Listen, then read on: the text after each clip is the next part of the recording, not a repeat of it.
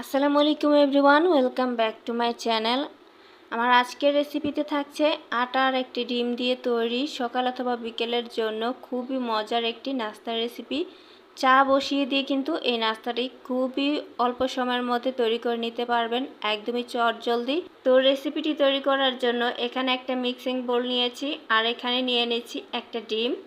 আপনারা চাইলে কিন্তু এখানে ডিমের পরিমাণটা বাড়িয়ে দিতে পারেন। আর ডিমটা কিন্তু অবশ্যই রুম টেম্পারেচারে থাকতে হবে। যদি ফ্রিজে থাকে তাহলে 30 মিনিট আগেই বের করে নরমাল করে নিতে হবে। এরপর এখানে দিয়ে দিচ্ছি স্বাদ অনুযায়ী চিনি। আমি এখানে হাফ কাপের মতো চিনি নিয়েছি, আপনারা আপনাদের পছন্দ মতো মিষ্টিটা অ্যাড করে নেবেন।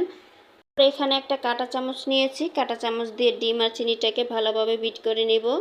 একটু সময় নিয়ে ডিম আর চিনিটাকে বিট করে নিতে হবে। এখন দেখতে পাচ্ছেন ডিমের কালারটা কিন্তু বেশ চেঞ্জ হয়ে এসেছে। এই পর্যায়ে এখানে আমি দিয়ে দিচ্ছি হাফ চা চামচের মতো ভ্যানিলা এসেন্স। এখানে দিয়ে দিচ্ছি স্বাদ অনুযায়ী লবণ। আমি যে কোনো মিষ্টি খাবারে কিন্তু লবণ একটু অ্যাড করি, এতে করে মিষ্টি খাবারগুলো অনেক বেশি খেতে মজার হয়। তো এখন কাঁটা চামচ দিয়ে আবারও আমি ভালোভাবে বিট করে নিচ্ছি।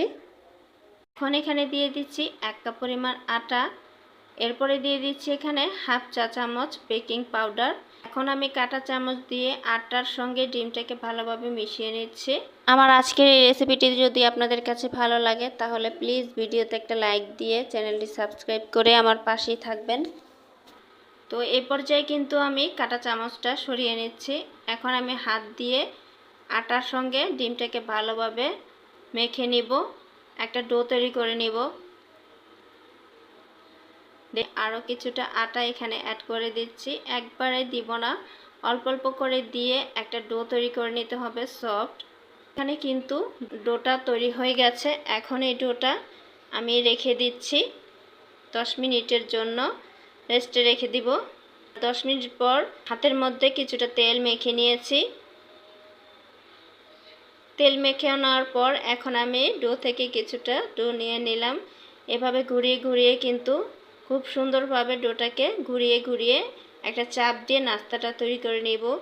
তো এখানে দেখতে পাচ্ছেন একটা নাস্তা কিন্তু আমার তৈরি হয়ে গেছে। তো আমি আপনাদের আরও একটা নাস্তা তৈরি করে দেখাচ্ছি। দেখতেই পাচ্ছেন কিছুটা ডো কিন্তু আমি হাতে নিয়ে নিয়েছি। এখন ভালো মতো দুই হাতের তালুতে রেখে ঘুরিয়ে ঘুরিয়ে তারপর একটা চাপ দিয়ে কিন্তু নাস্তাটা তৈরি করে নিচ্ছি। একদমই সহজে এই নাস্তাটা তৈরি করা, সময় কম লাগে আর কম উপকরণে বানিয়ে ফেলা যায়। খুবই মজার এই নাস্তাটি। সবগুলো নাস্তা বানিয়ে নিয়েছি, দেখতেই পাচ্ছেন এখানে সবগুলো নাস্তা বানানো হয়ে গেছে। এখন এগুলো ভাজতে চলে যাব।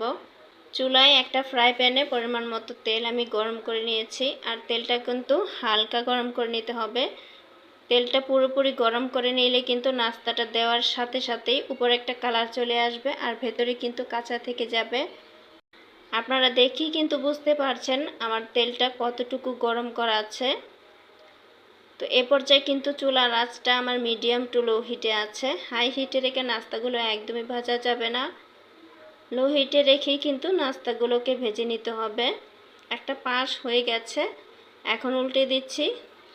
দেখেই পাচ্ছেন খুবই সুন্দর একটা কালার এসেছে। কিন্তু নাস্তাগুলো কিন্তু আমার সব ভাজা হয়ে গেছে।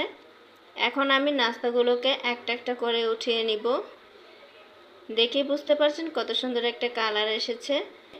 তো এখানে দেখতেই পাচ্ছেন সবগুলো নাস্তা কিন্তু আমি ভেজে উঠিয়ে নিয়েছি। আর মাশাআল্লাহ নাস্তাগুলো দেখতে কিন্তু অনেক বেশি ইয়ামি লাগছে। দেখতেই পাচ্ছেন খুবই সুন্দর একটা কালার এসেছে নাস্তাগুলো, আর খেতে কিন্তু অনেক বেশি মজার হয়েছে।